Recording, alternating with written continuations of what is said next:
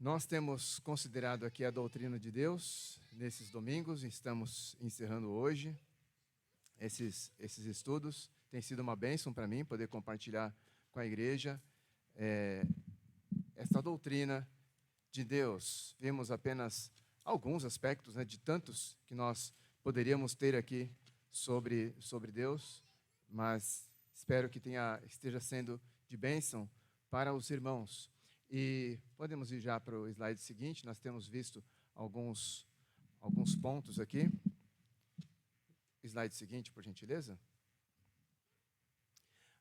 Nós temos visto aqui as definições de teologia e teontologia. Nós vimos também as definições de transcendência e imanência. Vimos que Deus é grandioso, alto, totalmente outro. Ele é absoluto, mas Ele também se inclina até nós, pecadores, para estar conosco, o Deus imanente. Nós apreciamos um pouco da doutrina da Trindade. Deus é um só, mas se manifesta em três pessoas, Pai, Filho e Espírito Santo, iguais e eternos entre si, mas que se manifestaram ao longo da história. E nós vemos, chamamos Trindade imanente a esse aspecto da Trindade, esse aspecto eterno da Trindade, Pai, Filho e Espírito Santo em comunhão eterna. Mas também vemos na Escritura Deus se manifestando na história através da manifestação das três pessoas, o que chamamos de Trindade econômica. Vimos os atributos de Deus através dos quais procuramos descrever o caráter de Deus e assim, então, apreciarmos essas perfeições do ser divino que enchem a nossa mente, o nosso coração e nos dão extrema confiança. Apreciamos as obras de Deus através do estudo da criação, que Deus criou todas as coisas, que Ele fez isso por sua vontade, que tudo que Ele fez é muito bom. Apreciamos também o aspecto do governo de Deus. Deus governa e sustenta todo o universo. E Ele o faz isso também através de causas secundárias. Ele rege todas as leis da criação e Ele também nos dirige a fazer a sua vontade. Mesmo aqueles que não conhecem a Deus fazem a vontade de Deus, porque Deus faz tudo o que Ele apraz e nada frustra os planos de Deus. E Deus também usa de coisas extraordinárias que chamamos de milagres para realizar a sua vontade. E hoje queremos apreciar a doutrina da paternidade de Deus. Veremos em sequência aqui nos nossos estudos, nós estudaremos a pessoa do Filho e a pessoa do Espírito Santo. E hoje queremos focar um pouco na pessoa do Pai. Então, seguindo aqui para o nosso próximo slide, já o item A, nós vemos Deus, Pai, na história da humanidade e como essa questão de paternidade de Deus é vista ou não é vista, muitas vezes, Deus, a ideia de Deus Pai é estranha em muitos ambientes, mas nós vemos aqui que o ensino cristão sobre Deus o Pai é algo único no cristianismo. Nas outras religiões do mundo, isso não é uma coisa comum. O ensino, então, sobre Deus é uma coisa bem peculiar do cristianismo. E também a ideia de adoção dos crentes como filhos de Deus é algo singular na Bíblia. O teólogo J.I. Packer, ele disse: englobamos todo o ensino do Novo Testamento em uma só frase, se falarmos dele como sendo a revelação da paternidade do Santo Criador. Nós temos apreciado o grandioso Deus, entre outros aspectos, como o Criador e sustentador de todas as coisas. Mas hoje nós apreciaremos de forma especial que este Deus Criador de todas as coisas se revela como Pai. E esse é o aspecto que queremos enfatizar hoje. Se quisermos julgar até que ponto uma pessoa entendeu o que é cristianismo, descubra que valor ela dá ao fato de ser filha de Deus e de ter a Deus como seu Pai. E ele também diz: Pai é o nome cristão para Deus. Deus se revela como pai. E queremos ver no próximo item como essa ideia de pai é tida em outros contextos religiosos, né? Então, em declarações bem curtas, aí nós vemos, por exemplo, no paganismo antigo, existem várias histórias de deuses finitos, Zeus, por exemplo, que tiveram relações sexuais com mulheres e assim se tornaram pais de super-homens, como Hércules, seres humanos sobrenaturais e imortais, mas ainda finitos e que não se importavam com os seres humanos como um pai. Então, há em algumas crenças, né, ideias como essa, né, de pessoas concebendo outras a quem é conferido um certo poder, né, segundo a compreensão deles, mas algo totalmente distante do cuidado de seres assim com os seres humanos. Isso é uma coisa particular do cristianismo. Podemos falar de seitas contemporâneas. Uma característica comum entre muitas seitas é a tendência de chamar o líder de pai ou mãe. E colocam, então, os adeptos da seita no papel de crianças. E essas crianças, então, esses filhos, são tratados pelo líder da seita como seus filhos, né? Então, ele como o verdadeiro pai, porque o pai natural não é o pai verdadeiro, mas esse pai espiritual, o líder da seita. Então, há alguma ideia de pai nessas seitas. Temos um exemplo específico aqui dos Mormons, que dizem que Deus, o Pai, é Elohim, um ser humano elevado à divindade. Ele se tornou pai primeiro através de gerar bilhões de filhos espirituais com suas centenas de mulheres. E o primeiro desses foi Jesus Cristo. E o segundo, Lúcifer. Depois, Elohim tomou Maria, teve relações com ela e assim criou um corpo humano para Jesus habitar nele. E Elohim continua a gerar filhos espirituais. E é claro, né? Estamos falando aqui de ensinamentos falsos, né? Sobre Deus, sobre a religião em geral e sobre esse conceito de pai. Temos também coisa mais um tanto mais próxima de nós, poderíamos dizer assim, né? A teologia liberal, segundo a qual Deus é o Pai de todos e assim não há necessidade de nascer de novo através de Cristo, o que também é um grande erro.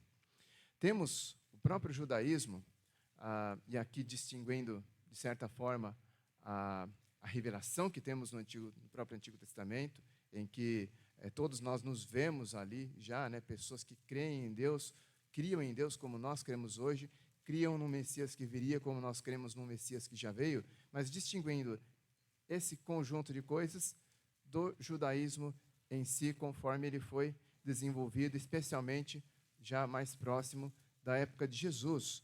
E então no Antigo Testamento é revelado que Deus é o pai do seu povo escolhido, Israel. Ele chama Israel de filho, ele se refere a si mesmo como o pai da nação. Mas os judeus, antes de Cristo, eles não usavam a expressão pai para se referir a Deus. Quando muito, eles se chamavam filhos de Abraão, mas nunca de Deus. E quando Cristo começou a utilizar esse termo, aplicando a si, dizendo que Deus era seu pai, isso chocava os judeus, né? Porque eles não tratavam Deus como pai.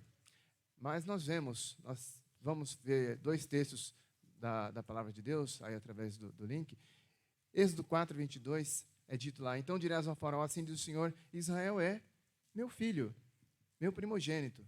Então nós vemos pelo Antigo Testamento que até ali Deus se mostra como pai do seu povo. Oséias 11, 1, quando Israel era menino, eu o amei e do Egito chamei o meu filho. Deus chama Israel de seu filho. Voltando ali à nossa apresentação, vemos então algumas ideias aqui sobre paternidade. Podemos voltar ali pelo botão de retorno. Nós vimos aqui algumas ideias, né, sobre paternidade, mas o cristianismo ortodoxo, por si, vai afirmar que Deus o Pai é uma pessoa da Trindade, o Pai de Jesus na eternidade e o Pai por adoção de todos os que creem em Jesus. Isso significa uma relação pessoal e íntima com Deus, e vamos desenvolver isso. Seguindo aqui, falando da doutrina propriamente dita, no item C, vemos em Deus Pai uma pessoa distinta, mas a mesma essência do Pai, do Filho e do Espírito. Nós terminamos a aula anterior apreciando a oração modelo em Mateus 6, e aqui vamos apenas fazer citação a ela, em que lá nós vemos que o Pai ele tem um conhecimento distinto do Filho. O Pai é aquele a quem nós vamos dirigir a nossa oração, e é dito ali, entre outras coisas, que ele sabe do que o crente precisa antes que ele faça o seu pedido. Está no verso 8 lá de Mateus 6. No verso 6, antes da própria oração, é dito ali que ele vê as coisas secretas. Isso é dito a respeito do Pai. É dito expressamente lá, né? O Pai que te vê em secreto. Então, isso é distinguido lá. E o que é que, então, distingue a ele, né? A sua paternidade é a sua distinção. E essa paternidade é a base também da paternidade humana. Vemos também no verso 10 que a vontade dele como Pai, e essa vontade é um dos atributos de Deus, é feita no céu. Então vemos aí o Pai sendo, de alguma maneira, distinguido do Filho e do Espírito, mas ainda assim sendo da mesma essência deles. Deus, o Pai, é Pai desde a eternidade. A figura de Pai é uma expressão da natureza do amor que ele tem para com o Filho. E já vimos também que isso não significa uma relação hierárquica, de subordinação de uma pessoa em relação a outra. Vemos que na Trindade imanente, Deus é Pai, Filho e Espírito Santo em igualdade eterna. A paternidade de Deus não aponta uma parte distinta e especial em seu ser, mas que o Pai é uma das pessoas do ser divino, da mesma essência que o Filho e o Espírito, inseparavelmente ligada a eles. Queremos colocar aqui no item D uma observação em relação a tudo o que estamos dizendo, item D, por gentileza. Vamos ver algumas menções de imagens maternas de Deus na Escritura. Ele é revelado, nós vamos ver alguns textos que estão ali, né? Ele é revelado como uma galinha que ajunta os seus pintinhos, os seus filhotes, uma ursa, e também como uma mãe que consola seus filhos. E estão os textos aí, né? Mateus 23, 37, em que Jesus diz: quantas vezes eu quis ajuntar teus filhos, como a galinha ajunta seus filhotes debaixo das asas. Oséias 13, 8, sairei ao encontro deles como ursa roubada dos filhotes. Isaías 66, 13, como alguém a quem a mãe consola, assim eu vos consolarei. Então, só com uma observação aqui sobre essas figuras maternas. Porém, cabe dizer aqui, né, Deus transcende as categorias do gênero humano. Em lugar algum, a Escritura chama Deus especificamente de mãe. Apenas temos citações incidentais como essa. Outro aspecto, voltando ali à apresentação principal, no item E, nós queremos colocar que Deus, o Pai, é Pai de Jesus Cristo. Deus é o Pai de Jesus Cristo. Sempre existiu a relação de paternidade entre o Pai e o Filho, mas na Trindade econômica, essa relação assume novas dimensões. E Jesus sempre chamava Deus de meu Pai. E esse tratamento que é dado por Jesus em relação a Deus como sendo seu Pai, tem algumas implicações, segundo o teólogo J.I. Packer, que a gente já mencionou aqui. E vamos, então, apreciar isso através dos textos que nós vamos ler em sequência aqui. Então, a primeira implicação é que o Pai exerce autoridade. Ele ordena e o Filho livremente obedece e cumpre. Isso está em João 6,38. Pois desci do céu não para fazer a minha vontade, mas a daquele que me enviou. João 17, versos 4 e 5. Eu te glorifiquei na terra, completando a obra da qual me encarregaste. Agora, pois, glorifica-me, ó Pai, junto de ti mesmo, com a glória que eu tinha contigo antes que o mundo existisse. Então, o Filho falando em relação a alguma coisa da qual o Pai lhe encarregou, lhe colocou uma responsabilidade. João 4,34, disse-lhe Jesus: a minha comida é fazer a vontade daquele que me enviou e completar a sua obra. Então, o Pai exerce autoridade e o Filho livremente obedece. Outra implicação é que existe amor paternal para com Jesus, assim como na nossa relação humana, o exercício de amor do Pai para com seu Filho, assim havia do Pai para com Jesus. João 5, verso 20, porque o Pai ama o Filho e mostra-lhe tudo o que ele mesmo faz, e lhe mostrará obras maiores que essas, para que vos admireis. João 15, verso 9, como o Pai me amou, assim também eu vos amei, permanecei no meu amor. Outra implicação dessa relação entre o Pai e o Filho é que existe comunhão entre o Pai e o Filho. Então, a paternidade implica em companhia mútua. João 16, verso 32, é dito lá, está próxima a hora, e já chegou, em que sereis dispersos, cada um para o seu lado, e me deixareis só. Mas eu não estou só, pois o Pai está comigo. João 8, 29 é dito, e aquele que me enviou está comigo, não me deixou só, pois faço sempre o que lhe agrada. E uma última implicação sobre esta relação é a relação de honra que há entre eles. Por fim, o Pai exalta o Filho e o Filho exalta o Pai. João 17, verso 1. Depois de falar essas coisas, Jesus levantou os olhos ao céu e disse, Pai, chegou a hora, glorifica teu Filho, para que também o Filho te glorifique. O Pai glorifica o Filho glorifica o Pai. João 5, 22, porque o Pai não julga ninguém, mas entregou ao Filho todo o julgamento. Deus conferiu essa honra ao Filho. Voltando ao corpo da apresentação, um outro aspecto da paternidade, no item seguinte, é sobre o Pai e a salvação. Já vimos, quando consideramos a trindade econômica, que o Pai tem um papel específico nisso. O Pai é a fonte da eleição, e vimos isso lá no texto de Efésios 1, versos 3 e 4. Jesus era submisso ao Pai. Jesus recebeu do Pai o mandamento de dar a sua vida no lugar das suas ovelhas. Jesus deu a sua vida voluntariamente, mas em obediência ao Pai. E os efeitos disso, que os eleitos pertencem ao Pai, e ele os deu ao Filho. E estes que o Pai entregou ao Filho, recebem do Filho a vida eterna. E estes mesmos que recebem a vida eterna, como ela é eterna, não podem ser perdidos, e então tem essa garantia de vida eterna com Deus. O conjunto Pai e Filho afirma essa unidade na presença do Espírito Santo, que é o vínculo de amor da Trindade. O termo Pai é usado para descrever um relacionamento íntimo. E relacionamento íntimo esse, que nós vemos de maneira sublime na Trindade, mas que ele também estendeu a nós, a companhia dos redimidos. E esses redimidos serão entregues pelo Filho ao Pai. Vejamos alguns textos. João 10, versos 17 e 18. Por isso o Pai me ama, porque dou a minha vida para retomá-la. É Jesus, é o Filho quem dá a vida.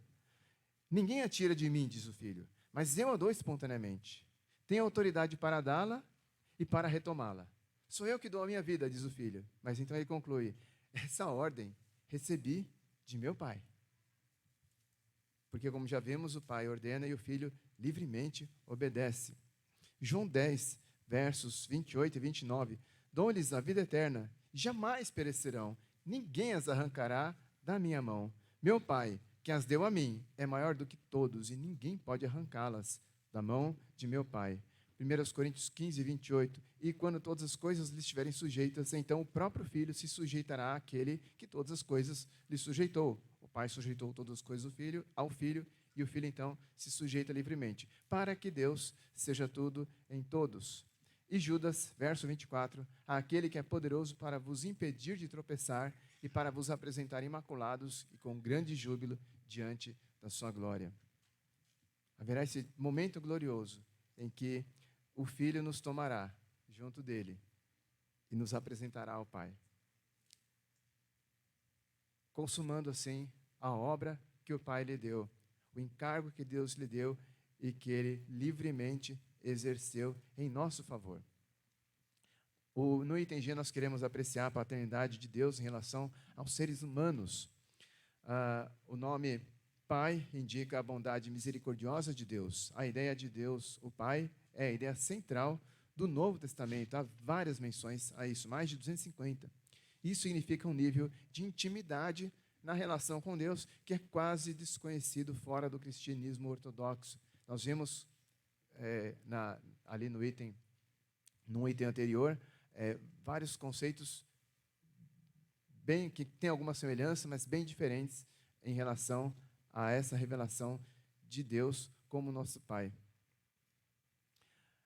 E nós queremos acentuar algumas coisas aqui, que Deus não é o Pai de todo mundo. E nós vamos ver isso já através dos textos, podemos chamar os textos ali. Deus não é o Pai de todo mundo.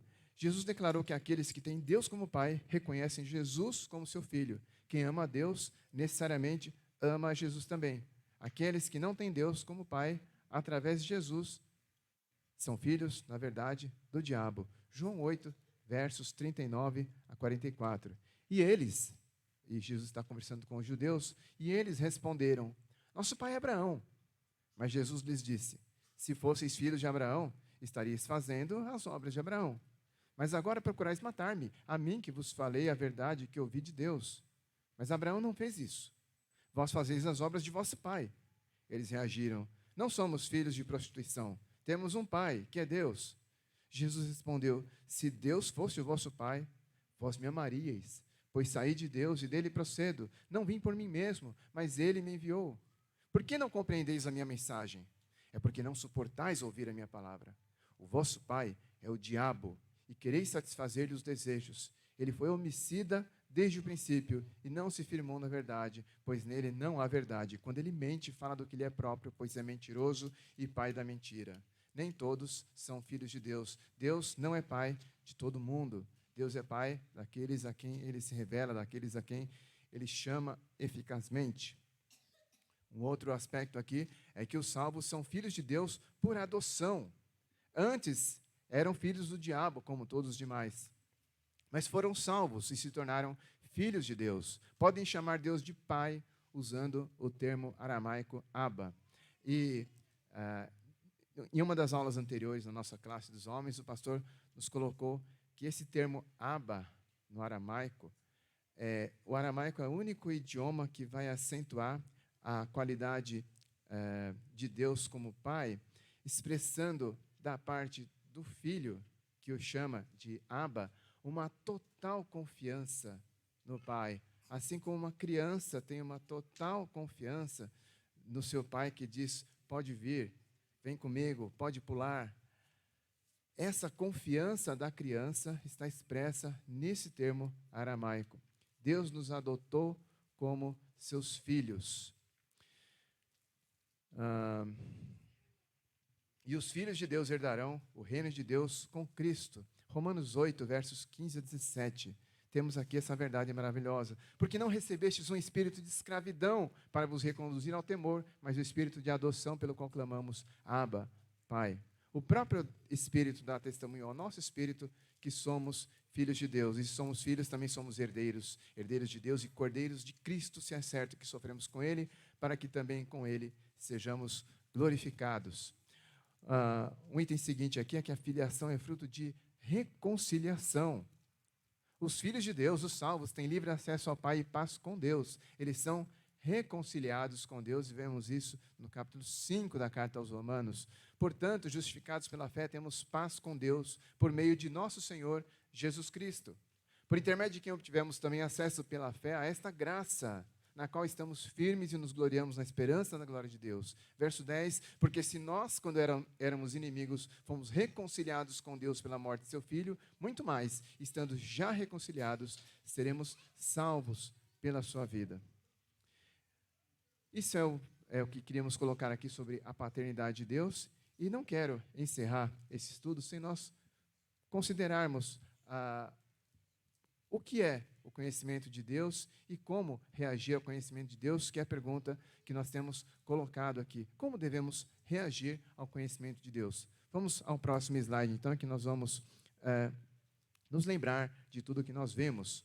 Nós vimos as definições de teologia e teontologia. Teologia é o estudo da revelação de Deus. Teontologia é o estudo do ser de Deus. E isso só é possível, então, porque Deus se revela. Deus se revelou, e isso nos diz que Ele quer ser conhecido.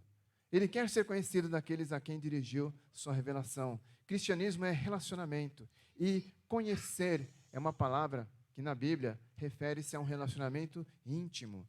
Esse relacionamento se dá através da meditação da palavra de Deus, da oração e da constante prática da palavra no Espírito em oração. Nós sabemos, que devemos ler a nossa Bíblia todos os dias, e imagino que os irmãos façam isso, leiam a sua Bíblia todos os dias, orem. E o que queremos falar então com um relacionamento? Você levantar de manhã e dizer assim, bem, deixa eu ver aqui, tem aquele aplicativo com o versículo do dia, aquela figurinha bonita, eu li o versículo, maravilha, deixa eu orar aqui, Pai, me abençoa nesse dia, em nome de Jesus, amém, e bora para o trabalho, será que é disso que estamos falando, Nós estamos falando de algo real e mais profundo, E mesmo se fazemos algo real e mais profundo, pode ser pela manhã, pode ser à noite, num horário que você possa realmente exercitar isso, ler com atenção, meditar, falar com o seu Deus, expor o seu coração diante de Deus. E enquanto expomos o nosso coração diante de Deus, Ele continua nos falando, Ele continua nos lembrando da palavra dEle, das promessas dEle. Colocamos diante de Deus a vida dos nossos queridos, Isso, nós investimos um tempo nisso. Relacionamento é investimento de tempo. Mas chega então o momento de partir para o trabalho, de partir para a real, E o relacionamento não acaba quando nós partimos para a real, Quero ver aqui um texto da palavra de Deus, está em Neemias, capítulo 2, verso 4. Então o rei me perguntou, o que estás me pedindo? Nessa hora, eu orei ao Deus do céu. Neemias estava diante do rei Artaxerxes, do cara mais poderoso da época dele. Alguém diante de quem todos nós tremeríamos, E ele estava a trabalho de uma pessoa temível. Mas ele diz que nesse momento em que eles conversavam, Neemias orou ao Deus do céu. Eu não imagino Neemias dizendo, espera aí, rei, espera um pouquinho, eu vou até lá, ao meu cantinho orar e daqui a pouco eu volto e a gente continua conversando. Ele orou ali mesmo, ele buscou a Deus ali mesmo, e Deus está falando com ele ali mesmo. Ele está se lembrando das promessas de Deus, ele está se lembrando da responsabilidade dele diante de Deus e do povo. Ele ora ao Deus do céu. E durante o nosso dia, nós devemos nos lembrar de Deus, devemos nos dirigir a Deus e devemos ouvir a voz de Deus constantemente. É relacionamento, Deus se revela a nós e Ele quer ser conhecido e quer ter um relacionamento conosco. Gênesis 5, verso 24, Enoque andou com Deus, até que não foi mais visto, porque Deus o havia tomado. E o que eu quero que você veja aqui nesse verso tão conhecido, é que antes de Enoque ser tomado por Deus para viver no céu com Ele, Enoque já andava com Deus aqui. Todos os dias, Enoque andava com Deus. Então Deus o tomou para si. Voltando no item 2, nós vemos transcendência e imanência, o Deus grandioso que se importa com pobres pecadores como eu e você. E em Jesus, Deus, o próprio Deus, desce ao nível do homem de maneira notável, sendo obediente até a morte de cruz. O Deus transcendente desce em Jesus Cristo para vencer a morte e inserir pecadores como nós em uma comunhão de amor com Ele mesmo. Isto é evangelho. Nós merecíamos a condenação como os demais, mas aprove a Deus nos escolher para si e nos fazer participar de uma relação com Ele mesmo. Você crê que Deus se importa com você? Você se lembra disso quando está em bons momentos e é grato a Ele? Você se lembra disso nos maus momentos? Nós vamos falar mais disso adiante. No item 3, nós apreciamos a Trindade. Deus é amor. Começamos falando sobre o amor de Deus, e o amor de Deus nos alcançou na nossa miséria, e em Cristo nos transportou para a sua própria comunidade de amor, a Trindade. Nós participamos da vida trinitária, olha que bênção é isso. Mas há uma finalidade nisso, e a finalidade é que todos nós que fomos inseridos nessa comunidade, vivamos em plena unidade no uso da diversidade de nossos dons, que devem ser exercidos em amor, proclamando assim o amor do próprio Deus. E como o pastor Paulo costuma dizer, o amor é a capacidade de se dar. Viver em função do outro não faz parte da natureza humana. Sentimento é inato, não se aprende. A natureza humana, por outro lado, sente ódio, O amor, nós só podemos exercer o amor porque o próprio Deus derrama o amor dele em nossos corações. Você só fica reclamando que não recebe amor? Ninguém me ama, ninguém cuida de mim, nenhum irmão se importa comigo, o pastor, os presbíteros não se importam comigo. Você só reclama que não recebe amor, mas você lembra que o amor é a capacidade de se dar, e que a capacidade de se dar não depende de que ninguém te dê amor, dependia simplesmente de que Deus derramasse o amor dele em você, e isso ele já fez, louvado seja o nome dele. Nosso desafio é resistir às possíveis dificuldades de relacionamento que possam surgir na dinâmica da igreja, mas isso só é possível se obedecermos ao mandamento de amar ao próximo, como diz Jesus. E só assim provaremos que também cumprimos o mandamento de amar a Deus. E temos um texto bem importante aqui, na primeira carta de João, capítulo 4, a partir do verso 19. Nós amamos porque Ele nos amou primeiro. Se alguém diz, eu amo a Deus, e odeia seu irmão, é mentiroso.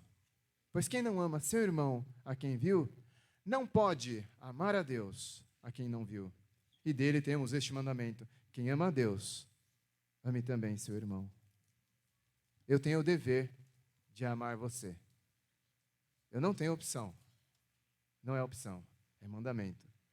Você tem o dever de me amar. Você não tem opção. É um mandamento de Deus sobre você. Falamos sobre os atributos de Deus, item 4. Podemos descansar nas promessas de Deus, porque Ele é mais do que apenas amoroso. Isso já seria maravilhoso, né? Mas o seu amor é justo, sua justiça é santa, sua santidade é misericordiosa, sua misericórdia é imutável. E então nós podemos descansar no caráter de Deus em todas as suas perfeições, com a plena certeza de uma delas, que é a sua própria fidelidade, as suas próprias promessas em nosso favor. Franklin Ferreira diz que é impossível para o cristão permanecer impassível ao estudar e meditar nas perfeições divinas. Santidade, glória, graça, soberania. Esses conceitos deveriam fazer nosso coração saltar de alegria. Item 5, as obras de Deus.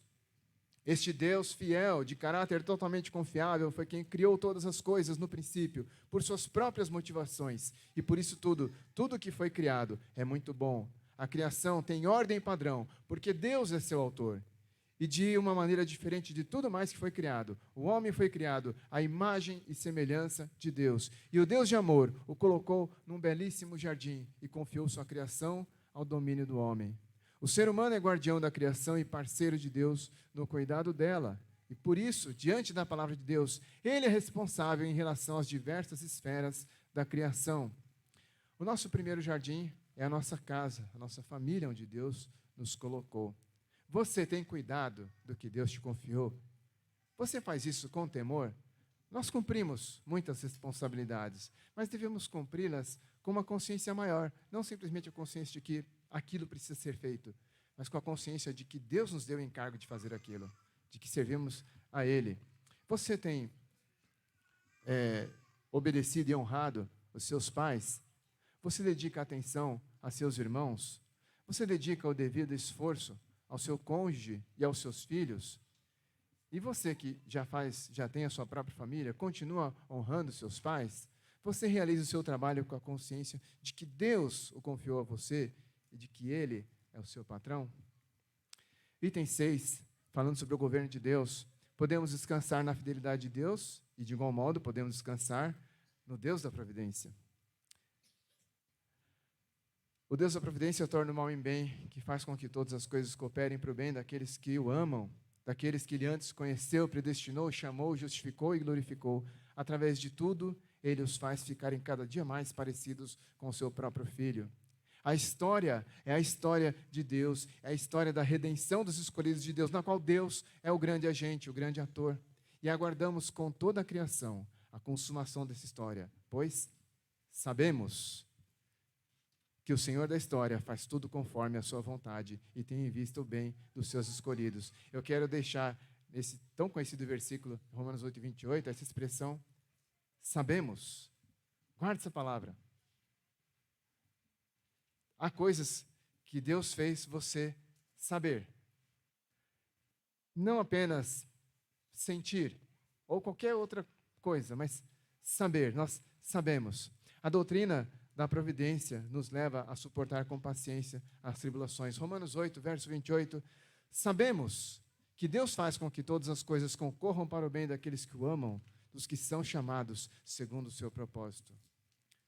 Qualquer coisa que aconteça na sua vida, os bons momentos pelos quais devemos ser gratos, os maus momentos nos quais devemos lembrar de coisas que sabemos, e essas coisas nos seguram em Deus. Filipenses 4, versos 10 a 13. Alegro-me muito no Senhor por terdes finalmente renovado o vosso cuidado para comigo, do qual na verdade estáveis lembrados, mas vos faltava a oportunidade. Não digo isto por causa de alguma necessidade, pois já aprendi a estar satisfeito em todas as circunstâncias em que me encontre. Sei passar necessidade e sei também ter muito. Tenho experiência diante de qualquer circunstância e em todas as coisas, tanto na fartura como na fome, tendo muito ou enfrentando escassez. Posso todas as coisas naquele que me fortalece. E posso todas as coisas, porque eu sei, porque eu já aprendi, porque nós sabemos que todas as coisas contribuem juntamente para o bem dos que o amam. Eu não entendo o que está acontecendo hoje. Estou aflito com algo. Algo me preocupa em relação a amanhã. Segundona vai ser brava, vai ser terrível. Mas eu sei que tudo isso contribui e contribuirá para o meu bem. Por vezes não entendemos perdas que temos em nossa vida. Elas afligem a nossa alma. Mas em meio a elas, exercitamos esse saber de que isso também contribui para o nosso bem. E em todas as coisas devemos glorificar ao nosso Deus. Essa doutrina nos leva a confiar que criatura ou poder algum pode nos separar do amor de Deus, como diz a continuação do texto de Romanos 8. Repousar sobre a providência cuidadosa de Deus gera alegria e certeza antecipada do triunfo final de Cristo. Você crê que os bons momentos da sua vida concorrem para o seu bem? E os maus momentos? A nossa luta diária não é carnal, mas espiritual, e nela somos guardados pelo próprio Deus que nos fornece sua armadura. Ela também é para o nosso bem. Mas isso pode incluir dias maus. Nós temos o texto em Efésios 6, verso 13, onde nós lemos lá: portanto, tomai toda a armadura de Deus, para que possais resistir no dia mau, e depois de ter desvencido tudo, permanecer inabaláveis. Eu estou lendo aqui na versão revista atualizada.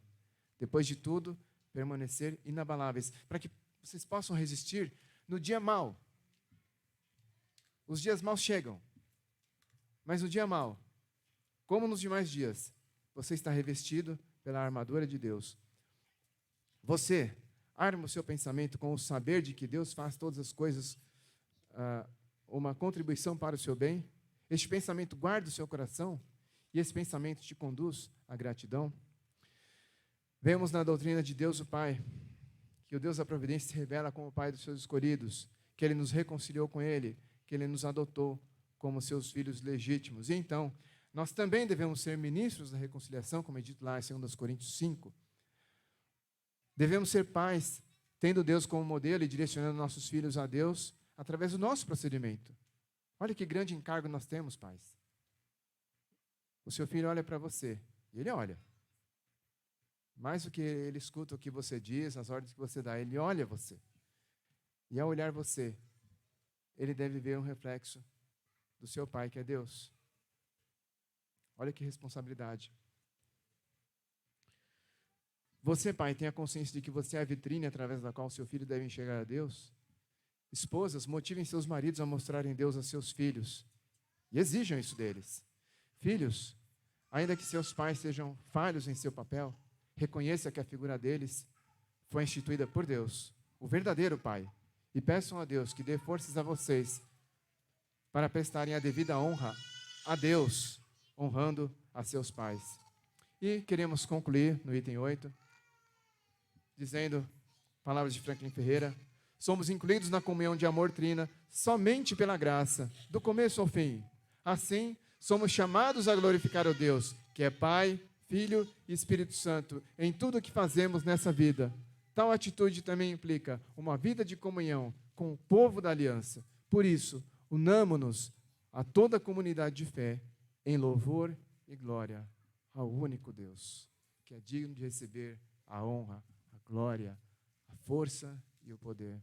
A Ele, o invisível, mas real, o transcendente, mas imanente, o Deus trino, de 3 pessoas iguais e eternas, mas que se revela a nós pecadores e nos adota como filhos, a nós todos como filhos, o que implica então que somos uma grande família de Deus, que devemos refletir essa mesma comunhão eterna da Trindade, até aquele dia em que o Filho nos entregará ao Pai e viveremos a plenitude dessa comunhão de amor. Louvemos ao nosso Deus. Amém? E assim nós concluímos o nosso estudo. Próximo slide, por gentileza. Mais um. Teontologia, conhecendo Deus através de sua revelação. Queríamos recordar aqui os pontos. Quero dizer aos irmãos que em breve, talvez já amanhã, eu disponibilize essa apresentação para os irmãos que quiserem. Nós deixaremos lá no grupo da igreja, para que os irmãos tenham a oportunidade de revisar. E também quero fazer indicações de livros lá, que eu usei como base para esse estudo e para a bênção dos irmãos. E já se faz tarde, vamos orar ao nosso Deus, vamos nos colocar em pé. Agradeço aos irmãos pela paciência nesse dia festivo em que já estamos lembrando aqui da entrada triunfal de Jesus em Jerusalém e, juntamente com as crianças, vamos gritar Hosana, aquele que nos salva, mas aquele que é o Rei e que merece então toda a nossa gratidão. Grandioso Deus, somos gratos a Ti pela Tua revelação a nós e pela comunhão que o Senhor propõe a nós. Sabemos não merecer nada disso, mas assim o Senhor quis, o Senhor nos chamou para estar junto a Ti. E que prazer, ó Deus, é estar na comunhão contigo. Ó Senhor, tenha misericórdia de nós, como somos falhos, em sermos gratos a Ti por esse amor revelado. Como somos falhos em refletir este Teu amor derramado em nossos corações, em nossa família e uns com os outros aqui na igreja. Sabemos, ó Deus, que é só pelo Teu poder, só pela Tua misericórdia que isso acontecerá. Tenha misericórdia de nós, ó Deus, e nos leva à plena unidade, assim como Teu Filho rogou em nosso favor. Ó Senhor, nos despeça em paz. Que o Senhor dê uma tarde agradável a todos os irmãos, no seio de suas famílias. Abençoe, ó Deus, as irmãs que estão na conferência e daqui a pouco irão retornar para estarem aqui conosco à noite.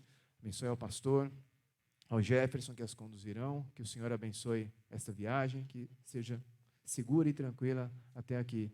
E nos abençoe, ó Deus, ao longo desse dia e permita que estejamos de volta aqui à noite para um culto de adoração verdadeira a Ti. E que o Senhor continue falando aos nossos corações hoje e ao longo dessa semana que temos dedicado a Ti nessa casa. Nós oramos em nome de Teu Filho Jesus. Amém.